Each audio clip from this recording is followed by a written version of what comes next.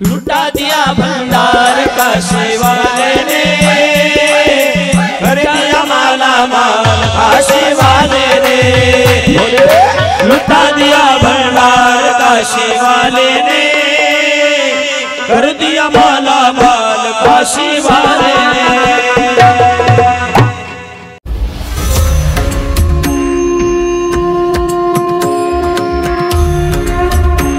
सेवा नाम भक्ती या चारही गोष्टी पहिल्यांदा शिवमहापुराणानं वर्णन केल्या। पहिली गोष्ट सेवा, दुसरी गोष्ट विश्वास, तिसरी गोष्ट श्रद्धा आणि कथा ऐकत असताना चौथी गोष्ट काय बोला ना, भाव। भावाला किंमत आहे, नाहीतरी देव भावाचा भुकेला आणि हाची दुष्काळ तयाला। देवाला काही लागत नाही, देवाला लागतो भाव। काही न लगे काही न लगे एक भावाची कारण। आणि तुका म्हणे आन विठोबाची। महाराज देवाची शपथ घेऊन सांगतात की देवाला लागतो भाव। देवाला काय लागतो? अंतरीची घेतो गोडी। कुठली? अंतरीची। देव वर, हे बघा एक वाक्य लिहून ठेवा, माझं सरळ वाक्य लिहून ठेवा। तुम्ही दिसायला किती चांगले आहात त्यापेक्षा तुम्ही असायला किती चांगले आहात याला शिवपुराण किंमत देते। तुम्ही दिसायला कसेही असा, पण तुम्ही असायला चांगले असले पाहिजे। तुमचं वागणं चांगलं असलं पाहिजे, तुमचं बोलणं चांगलं असलं पाहिजे। आपण बोलल्याच्या नंतर आपलं बोलणं कुणाच्या अंतकरणाला लागणार नाही याची माणसानं काळजी घेतली पाहिजे। कारण शब्द हे शस्त्र आहे, ते फार जपून वापरलं पाहिजे। कारण शस्त्राने मान तर शब्दाने मन कापलं जातं। लक्षात येते? आणि म्हणून तुम्ही तरी हे सांभाळणं गरजेचं आहे। तुम्ही सकाळी 5 वाजल्यापासून संध्याकाळी 10 वाजेपर्यंत घरामध्ये भरपूर कष्ट करतायत, पण संध्याकाळी नवरा आल्याच्या नंतर मी म्हणून होतंय एवढं बोलून नाशवित आहेत, हे लक्षात ठेवा। आपण केलेलं कष्ट जे असतं ना माय, शिवमहापुराण असं वर्णन करते की आपण केलेलं कष्ट हे लोकांना सांगायचं नसतंय, बोलून दाखवायचं नसतंय। कष्ट एवढं करायचं, घरात काम एवढं करायचं की घरातल्या घरमालकानं, आपल्या मालकानं, आपल्या नवऱ्यानं न बोलून दाखवता त्याची दखल घेतली पाहिजे। लक्षात आलं का मी काय म्हणतो ते? त्याची दखल घेतली पाहिजे। एवढं चांगलं कष्ट असलं पाहिजे। थोडा वेळ लागेल ना, थोडा वेळ लागेल। डायरेक्ट सासू होता येत नसतं, त्यासाठी अगोदर सून व्हावं लागतं ना।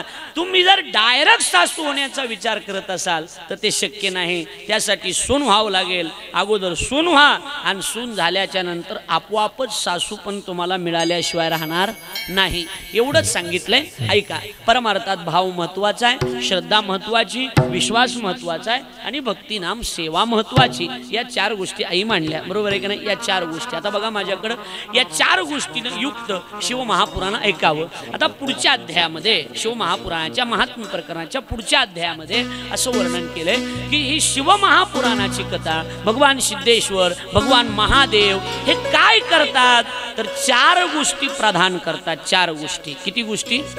4। पुन्हा पहिल्या 4, या 4 आपल्या कथेचे टप्पे आहेत, हे लक्षात ठेवा। एक एक टप्पे पाडले जातात। पहिल्या 4 लक्षात आल्या कोणत्या कोणत्या? जेवायचं, पैसा कमवायचा, झोपायचं, एवढेच 4 का? किती? भाव, माझ्या माग म्हणा भाव, माझ्या माग म्हणा भाव, श्रद्धा, विश्वास आणि भक्ती। किती झाल्या? 4। आता दुसऱ्या 4 गोष्टी शिवमहापुराण आपल्याला प्रदान करतं। महादेवाची भक्ती, रोज 1 लोटाभर पाणी महादेवाला, बेलपत्र जर महादेवाला समर्पित केलं, भस्म जर आपल्या कपाळाला धारण केलं, रुद्राक्ष मणी जर आपल्या गळ्यामध्ये धारण केला, तर असा जो कोणी शिवभक्त असेल त्याला शिवजी काय प्रदान करतात तर 4 गोष्टी प्रदान करतात। कोणत्या कोणत्या 4? नाथ महाराजांनी त्या 4च्या गोष्टी वर्णन करून सांगितल्या। पहिली गोष्ट धर्म, दुसरी गोष्ट अर्थ, तिसरी गोष्ट काम आणि चौथी गोष्ट मोक्ष। या 4 गोष्टीला संत वाङ्मयामध्ये शिवमहापुराणामध्ये पुरुषार्थ म्हटले। धर्म अर्थ काम मोक्ष। तुम्ही आता मला एक सांगा, मी सांगितलं होतं काल तुम्ही आल्या आल्या महादेवाचं दर्शन करायचं, बरोबर आहे का नाही? तिथं जाऊन सगळ्या जणांनी केले का दर्शन महादेवाचं? होय, केलं का रे? तिथं आता येऊन बसला, तुला तरी काय माहिती. सगळ्यांनी दर्शन केलं ना महादेवाचं? केलं. नुसतं एक सिद्धेश्वराकडे जायचं आणि सिद्धेश्वराचं नुसतं त्या ठिकाणी पिंड आहे, त्या ठिकाणी मूर्ती आहे. शिवजीला नुसतं डोळ्यानं जरी बघितलं ना तरी हे चारीच्या चारी पुरुषार्थ प्राप्त होतात. महादेवाला नुसतं बघितलं तरी. लक्ष द्या, आपण महादेवाच्या भूमीत राहणारी माणसं आहेत. आपल्या गावात सिद्धेश्वर आहे आणि आपल्या तालुक्यात वैद्यनाथ आहे. आपल्यासारखे भाग्यवान दुसरे कोणतीच नाही, अजिबात नाही. इथून मोठ्या महादेवाला जातील पण वैद्यनाथाला जाणार नाही. लक्ष द्यायला लागले माझं बोल. तुम्ही जर इथं रोज गेलात ना, रोज अर्धा तास वेळ काढून जर वैद्यनाथाच्या दर्शनाला, परळीत समजा परळीचे लोक आणि गावातल्या लोकांनी जर महादेवाचं रोज येऊन दर्शन घेतलं ना, या जगात तुम्हाला कुठल्याच गोष्टीची कमी नाही. सगळ्या गोष्टी इथं प्राप्त होतात, सगळ्या गोष्टी. कारण बाकीचे देव आहेत आणि हा बाबा महादेव आहे ना. लक्षात येते माझं बोल. मग माझं एकच म्हणणं, तुम्ही सगळ्यात मोठा देव आहे, बरोबर आहे का नाही? म्हणजे मुख्य ब्रँच इथे, मुख्य शाखा कुठे आहे? मुख्य शाखा कुणाकडे? महादेवाकडे. कुणाकडे?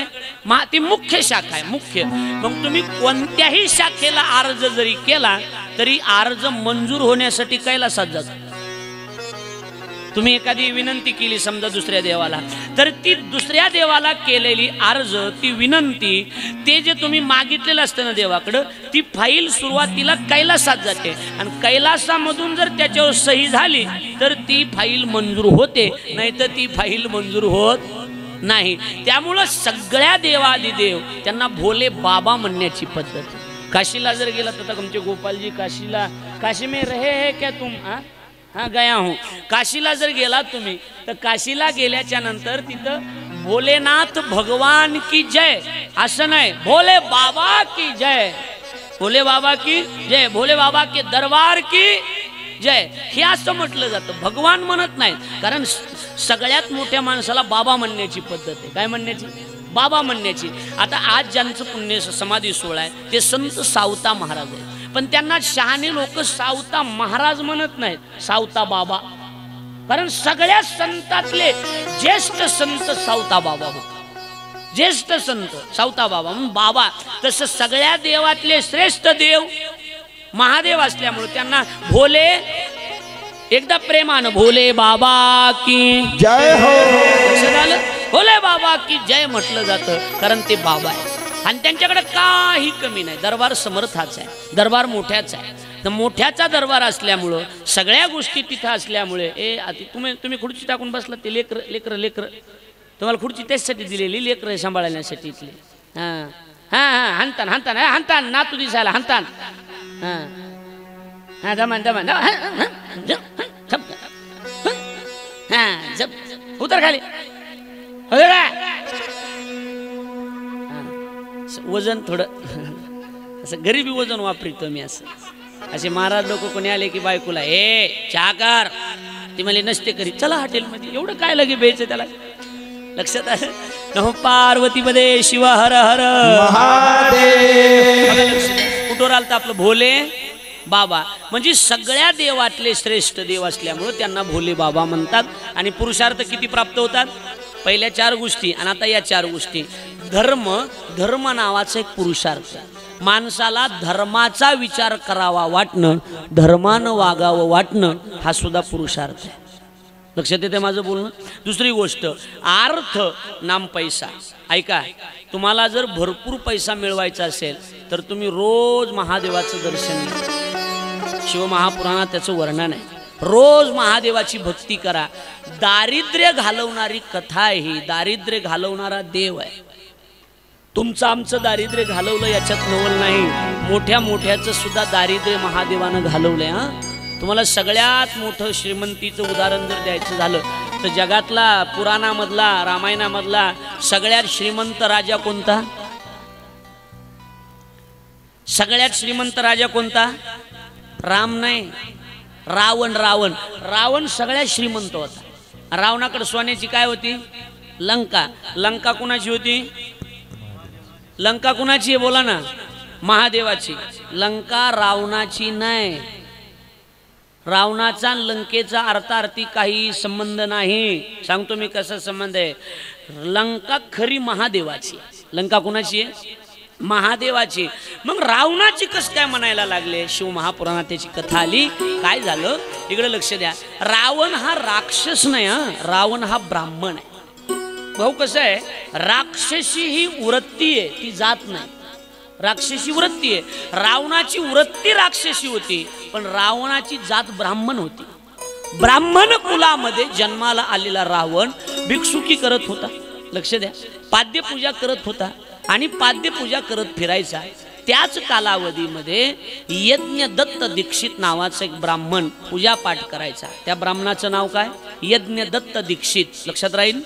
तो यज्ञ दत्त दीक्षित नावाचा ब्राह्मण पाद्यपूजा करायचा आणि त्याला एक मुलगा झाला. त्या मुलाचं नाव होतं गुणनिधी. मुलाचं नाव काय होतं? गुणनिधी. तो गुणनिधी काय करायचा? गुणनिधी चोऱ्या माऱ्या करायचा. ब्राह्मणाच्या कुलात जन्माला आला होता, पण संगती चांगली नव्हती. म्हणून आई, मी मुलासारखं सांगतो, मी तुमच्या लेकरासारखा आहे. एक लक्षात ठेवा, तुम्ही कुणाच्या संपर्कात आहात याच्यावर सुद्धा गल्लीमध्ये तुमची इज्जत ठरवली जाते. तुम्ही नेहमी चांगल्या लोकांच्या संपर्कात असलं पाहिजे. तुम्ही जर वाईटाच्या संपर्कामध्ये राहाल तर लोक तुम्हाला तोंडावर बोलणार नाहीत, पण मागं तुमच्याविषयी चर्चा केल्याशिवाय राहणार नाहीत. म्हणून गल्लीमध्ये आपल्या बायका कोणत्या मैत्रिणीत हे सुद्धा महत्त्वाचं आहे. चांगल्या घरातल्या चांगलं वागणाऱ्या जर तुमच्या मैत्रिणी असतील तर तुम्हाला सुद्धा चांगलंच म्हणलं जातं, हे लक्षात ठेवा.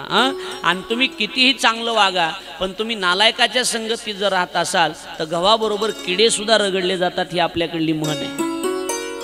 ऐकायला येते माझं बोलणं तुम्हाला? आता लक्ष द्या, इकडे बघा, माझ्याकडे बघा, इकडं. हे लक्षात ठेवा, गुणनिधीला संगती चांगली नव्हती. वाईटाच्या संगतीमध्ये गुणनिधी राहत होता. मग शेवटी काय झालं? बैसता चोरापाशी तैशी होय बुद्धी, आणि देखताची चिंदी मन धावे. चोराच्या संगतीत बसलं की चिंदी जरी बघितली तरी माणसाचं मन धावतं ना. धावतं का नाही सांगा बरं? त्यामुळं एक लक्षात ठेवा, संगत करणा बडो की तो बडत बडत जाय. चांगल्याची संगती कराल तर तुम्ही मोठे व्हाल. म्हणून हिंदी संतांनी वर्णन केलंय, संगत संतन की करले, संतन की करले, जन्म का कटू सार्थक करले. जन्माचं सार्थक करून घ्यायचं असेल, लक्ष द्या, एक तर तुम्हाला मराई टाइम नाही, त्याच्यातून वेळ काढून आला तर हे घरी घेऊन जा. संगत संतन की करले, जन्म का कटू सार्थक करले. आई जन्माचं, ताई जन्माचं सार्थक जर करायचं असेल तर संगती चांगल्याची करावी लागेल. वाईटाच्या संगतीत बसून जमणार नाही, ही गोष्ट लक्षात ठेवा. म्हणून गुणनिधीचं काय होतं? गुणनिधी यज्ञदत्ताचा मुलगा होता, म्हणजे चांगल्याचा मुलगा होता, पण त्याची संगत चुकत होती ना. वाईटाची संगत असल्यामुळे परिणाम असा झाला की तो चोऱ्या करायला लागला, तो वाईट वागायला लागला. तुम्ही किती बी चांगले असा, मी लय चांगली, मी लय अशी, मी तशी, मी तशी, आणि तुमची मैत्रीण जर वाईट वागणारी असली ना, एक दिवस तिचे विचार, तुमचे विचार तिच्यासारखे होतात, हे लक्षात ठेवा. कळते का माझं बोल? तुमच्यासारखे विचार होऊन जातात. म्हणून हे बरेच जणाला म्हणा ना, तुम्ही तंबाखू नाही, मी खातच नव्हतो, काय सांगा, ह्यानं नाद लावला म्हणते का नाही माणसं, ह्यानं नाद लावला असं म्हणते. गुरुपौर्णिमेच्या दिवशी एका विद्यार्थ्यानं फोन केला, म्हणे गुरुजी ओळखीलं का तुम्हाला, गुरुपौर्णिमेच्या शुभेच्छा देतो. गुरुजी म्हणले नाही ओळखीलं. मी नाही का वर्गातला? बरं बरं बरं, ओळखलं. तुमचा फोटो पाठवा म्हणे, मला स्टेटस ठेवायचा आहे, फेसबुकला टाकायचा आहे. गुरुजी म्हणले फोन केला एवढंच बा झालं, फेसबुकला टाकून मग इज्जत घालू नको, राहू दे आपला आहे. आपण कुणाच्या संगतीत आहोत, आपण कुणाच्या संपर्कात आहोत, याच्यावर आपले बिलं निघतात, ही गोष्ट लक्षात ठेवा. आलं लक्षात? मग काय झालं? चोऱ्या करायला लागला. एक दिवशी जुगार खेळायला गेला, आणि जुगार खेळायला गुणनिधी गेल्याच्या नंतर जुगारावर सगळं काही हरवला. वडिलाची एक अंगठी होती, अंगठी सोन्याची, ती अंगठी त्या गुणनिधीनं काय केली, डावावर लावली आणि तो हरला. आता पांडव जिथं जिंकू शकत नाही तिथं हा जिंकतो का सांगा बरं महाराज? डावावर हरला गेला आणि तो अंगठी तो मनुष्य जिंकला. त्यानं बोटात घातली, आणि बोटात घातल्याच्या नंतर त्याच्याच घरी सत्यनारायणाची पूजा होती, आणि याचा बाप त्या घरी पूजा करण्याकरता गेला. ध्यानात बसायला, तिथं पूजा करण्याकरता बाप गेला. पूजा करण्याकरता गेल्याच्या नंतर ओम श्री यज्ञ यज्ञ यज्ञ यज्ञ मंत्रच बंद झाले. म्हणले देवा म्हणा मंत्र म्हणतो म्हणले, पण ही अंगठी माझी आहे. पूजा करा म्हणला, उग चलू द्या म्हणला, अंगठी तुमची नाही. नाही अंगठी माझी आहे. अवघं तुमची चल द्या म्हणला, अवघं द्यावा तुमची, तुम्ही आमच्या नादाला लागू नका, चल द्या. नाही नाही नाही, अंगठी माझी आहे. मग यानं सांगितलं तुमची अंगठी कशावर नाही, माझी अंगठी. आपल्या वस्तू आपल्याला ओळखू येत नाहीत का? पटकन बोला की. आपली चप्पल आपल्या पायाला ओळखू येत नाही का? तरी बळच तुम्ही घालून जातात का नाही?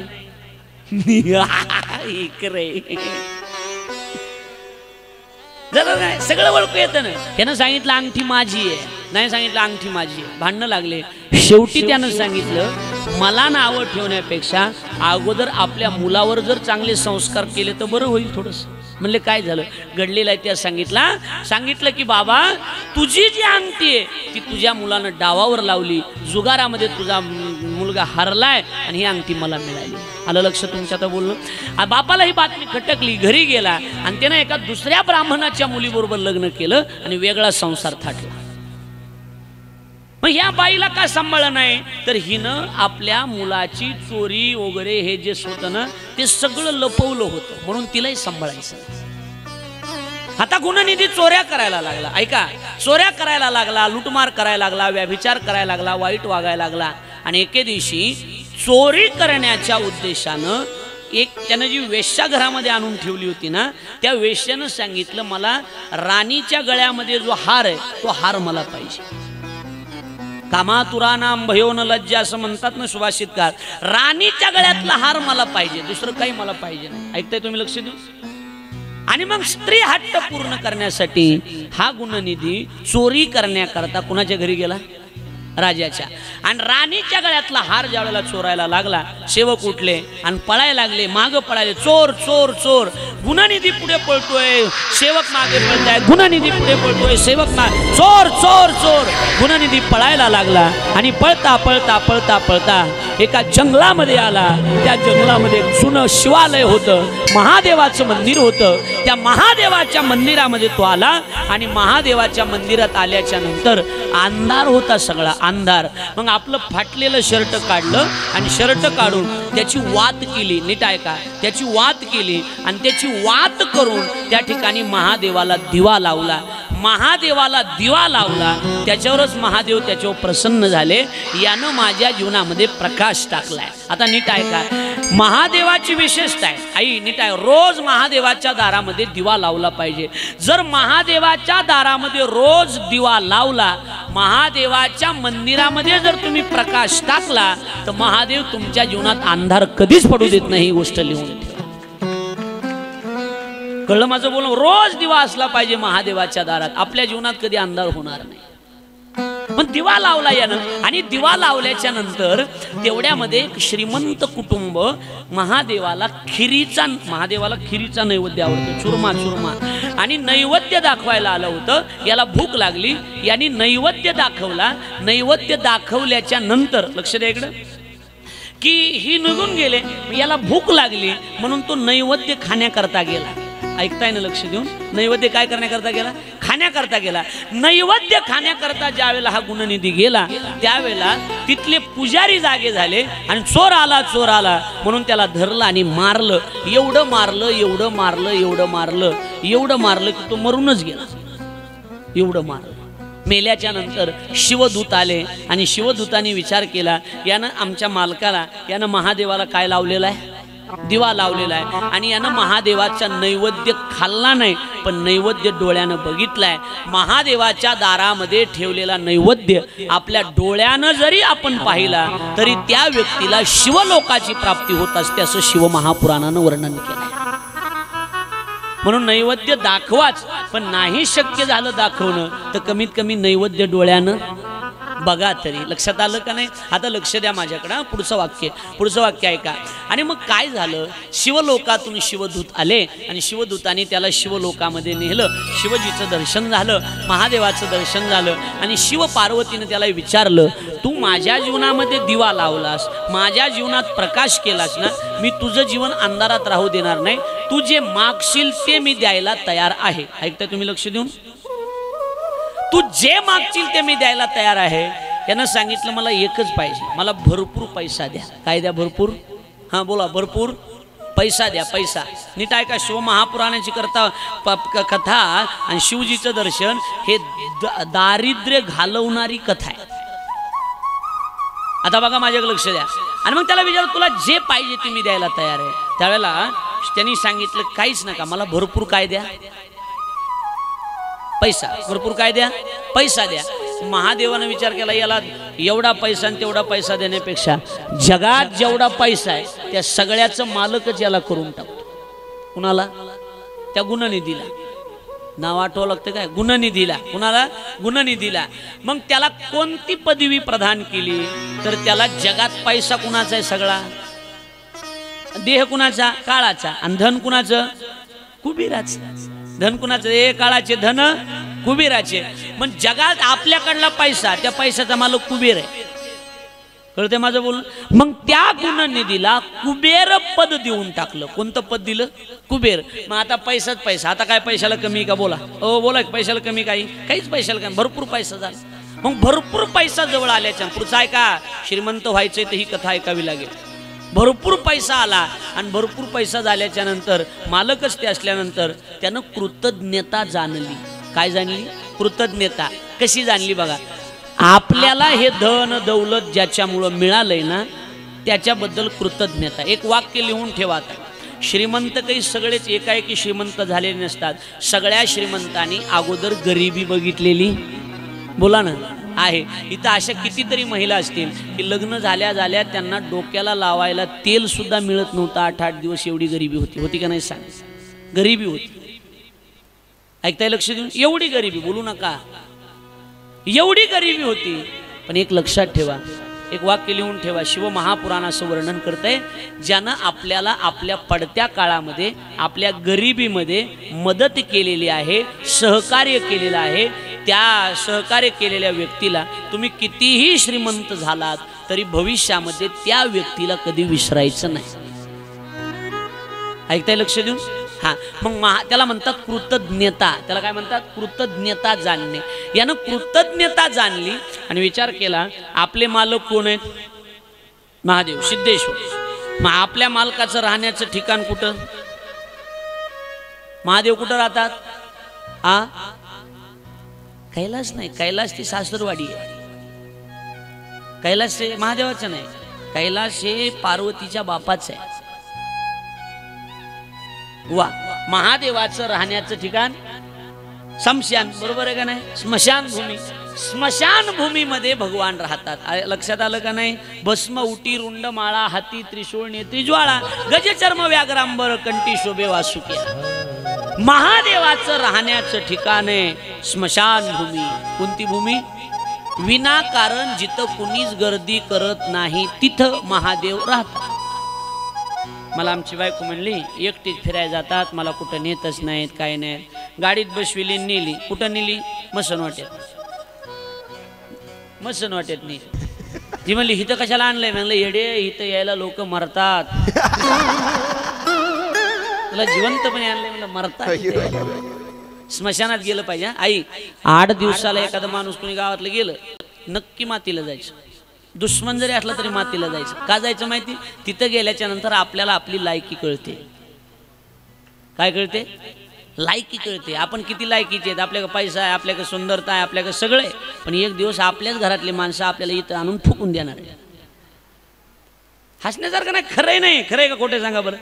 आपलेच माणसं आपल्याला इथं आणून काय करणार आहेत? फुकून देणार. काय नाही. आणि रडात येता अशा मा हनकमन गेला, मला सोडून गेला, मला नाही राहायचं, आकाश सोडा सोडा, वहिनी मला उड्या हाणू द्या. थोडी ढिली करायची, नीट घरी जाती. आणि मग पद्धत कशी आपल्याला माहिती का? गल्लीतल्या भावकीतल्या बायान काय आणायचं? भाकरी. भाकरी जेवायला. पण भाकरीत आटम कोणते कोणते? बासुंदी, शिरा. हा. मग बेसन आणि भाकर. बरोबर आहे का नाही? सुतारात असल्यामुळे त्याला सगळं माहिती. बेसन आणि भाकर. काय? बेसन आणि भाकर. लक्षात आलं का? बेसन भाकर. आणि मग तिला म्हणलं ना वहिनी थोडं घा. मला नाही, मला कसं गिळत आका, मला का गिळत का मग असं म्हणते. 3 भाकरी खाती पिटल्या सगळं. 3 भाकरी. नमः पार्वती पदे शिव हर हर महादेव. बघा इकडे लक्ष.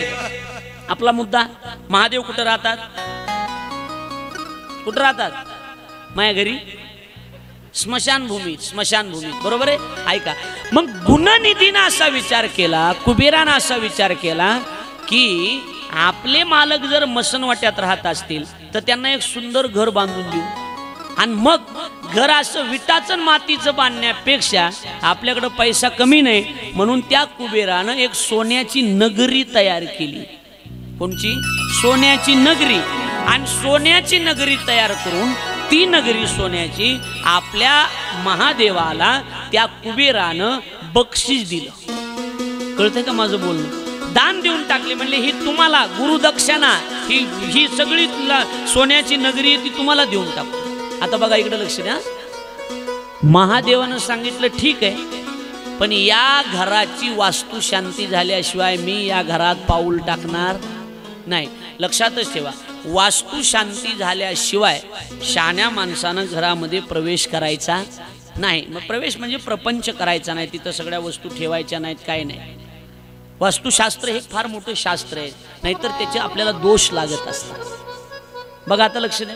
मग म्हणले ठीक आहे, म्हणले वास्तुशांती करायला कुणाच्या हाताने करावं लागेल? ब्राह्मणाच्या. मग त्या काळातला प्रसिद्ध पंडित ब्राह्मण रावण होता.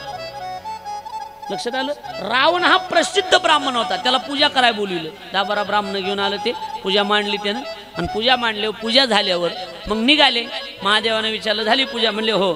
येऊ का? म्हणले थांबा, तुमची दक्षिणा घेऊन जा. ब्राह्मणाला दक्षिणा द्यावी. लक्षात ठेवा, किती द्यावी असा उल्लेख नाही, पण द्यावी असा उल्लेख आहे. लक्षात आलं नाही? दक्षिणा घेऊन जा. महादेवा त्या रावणानं हात जोडले, आतल्या गाठीच होतं जरा, त्याला माहीत होतं. हात जोडले आणि सांगितलं तुमच्याकडून घ्यायचे नाही, जगाकडून घेऊ पण तुमच्याकडून नको. लक्षात आलं का नाही? तुमच्याकडून कुठं पैसे असतात का? घरातली माणसं आहेत, घरातले तर जवळचे म्हणलं की समजायचे ही धोका देणार म्हणजे देणार आहे आपल्याला. पण महादेवाचा स्वभाव भोळा, महादेवाला कळलं नाही, लक्षात आलं नाही. म्हणले अहो तसं नाही, दक्षिणा घेऊन जा.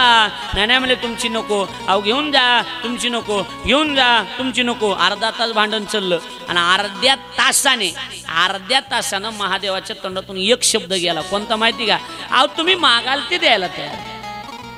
ह्याला एवढंच पाहिजे, मागाल ते द्यायला तयार आहे म्हणल्यावर महादेवाचं वर्णन केलं रावणानं. रावणाला चिल्लर समजू नका. तांडव जे लिहिलंय ना, तांडव ती रावणानं लिहिलेलं आहे, हे लक्षात ठेवा. रावण फार अभ्यासू माणूस होता, पंडित होता तो. आपल्यासारखा चिल्लर नव्हता तो, पंडित होता. रावणानं महादेवाचं 21 श्लोकामध्ये वर्णन केलं. शिवमहापुराणामध्ये 21 श्लोकामध्ये महादेवाचं वर्णन कुणी केलंय? बोला ना. रावणानं वर्णन केलं. वर्णन कसं आहे माहिती का? तुमच्यासारखा दानशूर माणूसच कुणी नाही. फुगवायचे लक्षण. तुम्ही काय मोठी माणसं आहेत, आम्हाला माहिती महादेवाने एकदा शब्द दिला की पुन्हा माघार घेत नाहीत आणि तुमच्या दरबारात काही कमी बी नाही, असं वर्णन केलं. आणि महादेवाला सांगितलं की तुम्ही जर दक्षिणा द्यायचीच असेल, पहिली गोष्ट तर नकोच, पण तुम्हाला जर मला दक्षिणा द्यायची इच्छा असेल तर एकच दक्षिणा द्या. म्हणले कोणती? ज्या घराची मी पूजा केली ते सोन्याचं घर मला दक्षिणा म्हणून देऊ. आणि मग ती सोन्याची लंका महादेवाकडून कुणी घेतली? रावणानं. तिथून पुढे लंका रावणाची झाली. म्हणजे महादेवाच्या सुद्धा जीवनामध्ये धन देणारा हा भगवान परमात्मा असल्यामुळे आपल्या जीवनातही धन दौलत कधीच कमी करणार नाही. फक्त महादेवाची, त्या काशीच्या विश्वनाथाची सेवा करा. लुटा दिया भंडार काशी वाले ने, कर दिए माला माल काशी वाले ने. लुटा दिया भंडार काशी वाले ने, कर दिया माला माल काशी वाले. म्हणायचं गाडी वाले. लुटा दिया भंडार काशी वाले ने, कर दिया माला माल काशी वाले ने. लुटा दिया भंडार काशी वाले ने, कर दिया माला माल काशी वाले ने. लुटा दिया है, लुटा दिया है, लुटा दिया है, लुटा दिया. लुटा दिया है, लुटा दिया है, लुटा दिया है, लुटा दिया. लुटा दिया है, लुटा दिया है, लुटा दिया है, लुटा दिया. लुटा दिया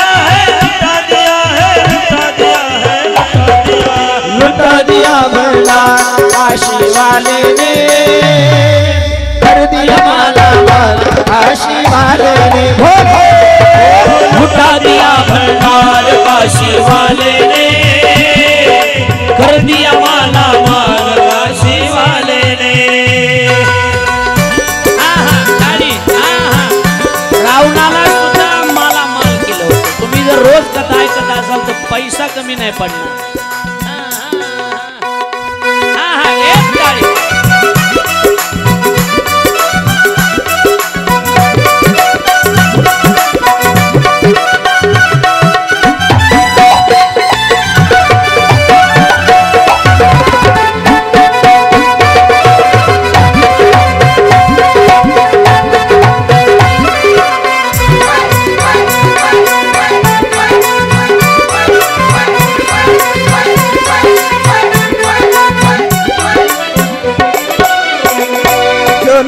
टाळी सच्ची है तो उसके नाम लाठी है अच्छी है वो उसकी भावना अच्छी है लगन लगाया सच्ची है तो उसके नाम लाठी है लगन लगाया सच्ची है तो उसकी भावना अच्छी है नैया को पार लगाया नहीं देर करे वो पल की नैया को पार लगाया नहीं देर करे वो पल की मिटा दिया जंजाल काशी वाले ने कर दिया माला माल काशी वाले ने हरि लुटा दिया भंडार काशी वाले ने कर दिया माला माल काशी वाले ने लुटा दिया भंडार काशी वाले ने कर दिया माला माल काशी वाले ने लुटा दिया भंडार सर्वांनी थोडे हात वर करून सर्वांनी टाळी वाजवा महादेवाची भक्ती माल काशी वाले ने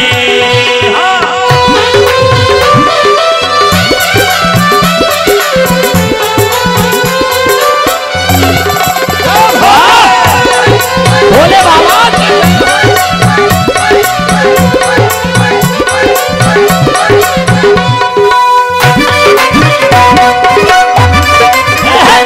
सिद्धेश्वर भगवान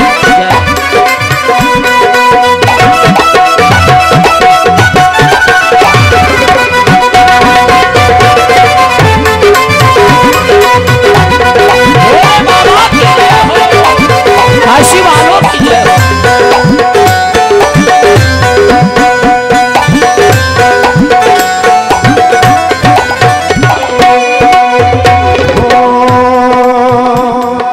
चरणों की किया करे जो सेवा वो पाया मिश्री का मेवा वो पाया मिश्री का मेवा वो पाया मिश्री का मेवा चरणों की किया करे जो सेवा वो पाया मिश्री का मेवा पाया मिश्री का मेवा वो पाया मिश्री का मेवा कर दिया सबको निहाल काशी वाले ने कर दिया सबको निहाल काशी वाले ने कर दिया माला माल काशी वाले ने लुटा दिया भंडार काशी वाले ने कर दिया माला माल काशी वाले ने लुटा दिया भंडार काशी वाले ने कर दिया माला माल काशी वाले ने लुटा दिया भंडार काशी वाले ने कर दिया माला माल काशी वाले ने लुटा दिया भंडार काशी वाले ने कर दिया माला माल काशी वाले ने दिया